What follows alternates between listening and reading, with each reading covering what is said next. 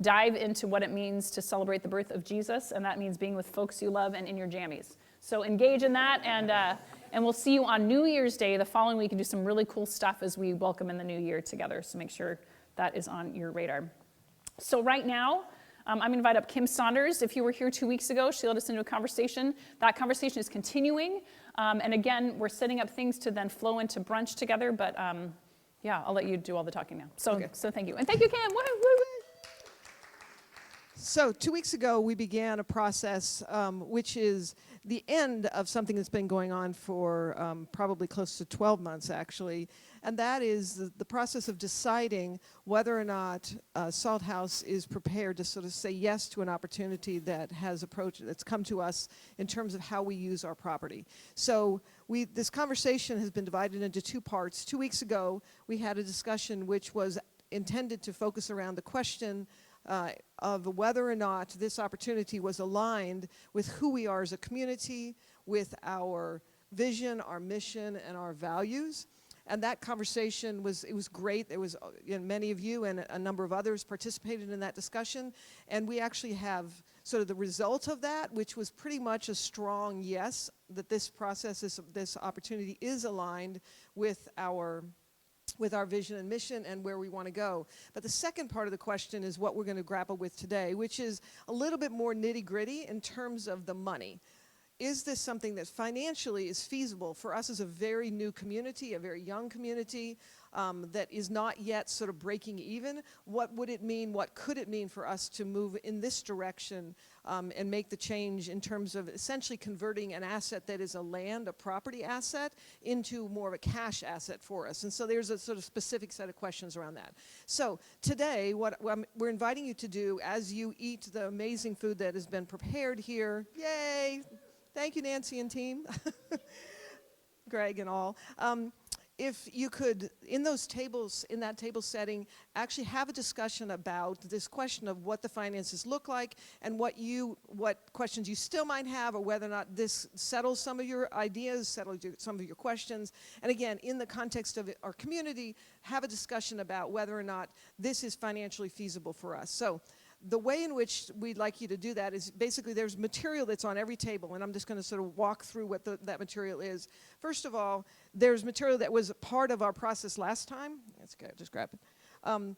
So you remember that there was a bit of a study that was done, a number of points of data, but also an architect worked on a massing study that said what might it look like to actually build a building that would meet the needs of the women and children that are experiencing homelessness. That's women and families, I should say, because of our family definition is any variation of child and adult. So it can be in whatever context that is. So this is actually some design, a little bit of very preliminary design work, so you can take a look at that again if you haven't. There was also some slides that we shared before, which sort of laid out the question of, is this aligned with our vision and mission, so that this material is also on those tables. A new piece of information is, this is a summary of the first discussion that we had about, is this aligned? This includes the questions that you all raised, and there are some sort of notated answers, some annotation to those questions. So hopefully there are answers that satisfy those needs. If not, you can continue to raise those questions today. Again, this is very much a discussion, but this is in fact your voice that was represented sort of in text here. And feel free to look over that, and hopefully you'll recognize the questions, the concerns that you might have raised, and potentially the answers that might address those questions are also included here. And then finally, sort of the guts of what's new here today is basically a review of these slides that are here, which is sort of is this financially feasible? But also, if we can go to the next slide, there are 2 detailed slides, and I'm not going to run through all the data here, but I'm just going to tell you what's involved. First of all, there's a discussion and numbers around our operating budget. So this is full disclosure around the way in which Salt House works in terms of money that goes out every month to support the ministry. And you can see that that's sort of divided into a current annual budget. There's essentially, if we don't sell any property, we project this budget to look like for next year, the next fiscal year, which begins on July 1. So that's sort of a bit of a future view.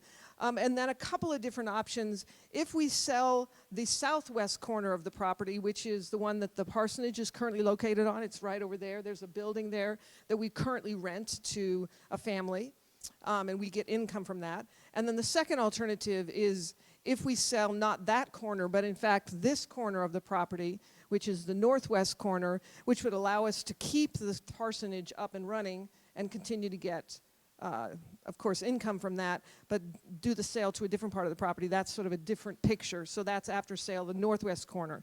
So that's operating budget, how it affects the operating budget. The second slide here, and again, all these things will be in front of you, is a cash reserve question, which is really the addresses sort of what do we do with the asset of the cash that would come in? How would that change the sort of underlying financial picture of the church?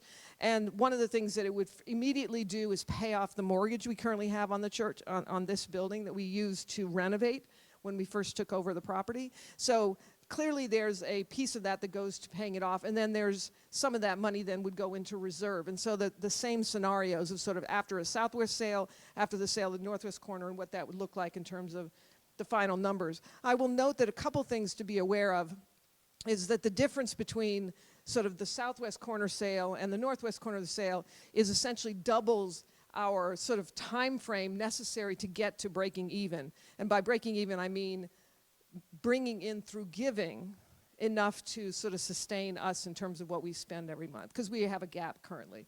And we have been through amazing generosity of the people that donated, Trinity Lutheran that donated this building. It came with an endowment. That's money that we've been using and sort of spending down.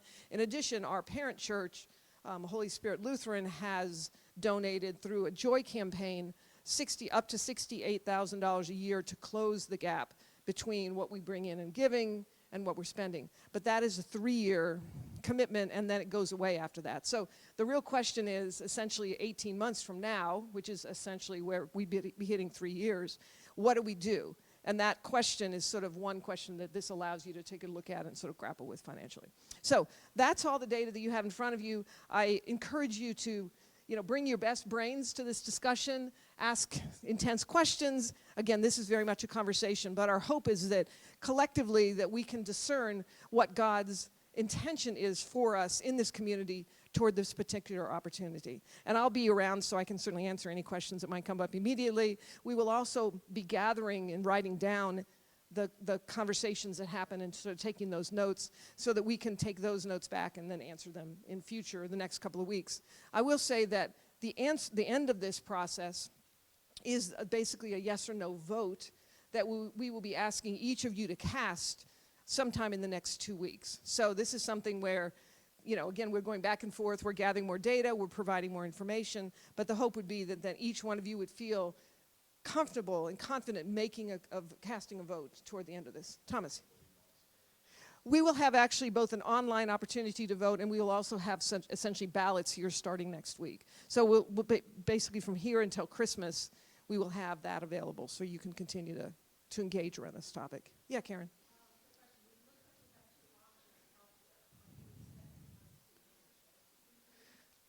The reason that so the question is this a choice to make between the two? Actually, our hope is that we're going to be able to get to the second, which is the northwest corner, because financially it's so much better for us if we can actually pull that off. I don't have a confirmed yes from the architect as to whether or not that would work yet, so he's working on that currently.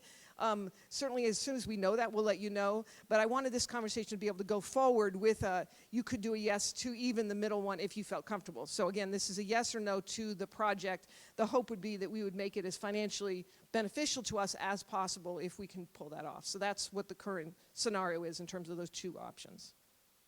Any other big questions? Yeah.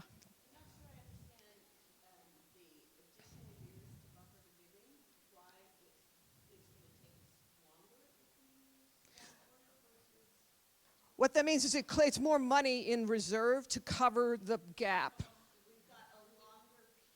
Yes. Exactly, so that we wouldn't have to grow our giving as fast. No. So the question was, why the difference? Why is it a shorter time with less money versus a longer time with more money? And it's purely related to how much cash we would have in reserve to buffer that gap. And so we would have to grow our giving less fast, essentially, to close the gap. Okay, so I'm going to let you guys go eat. Thank you so much for your attention, and I'll be here with any questions. Yeah, thanks.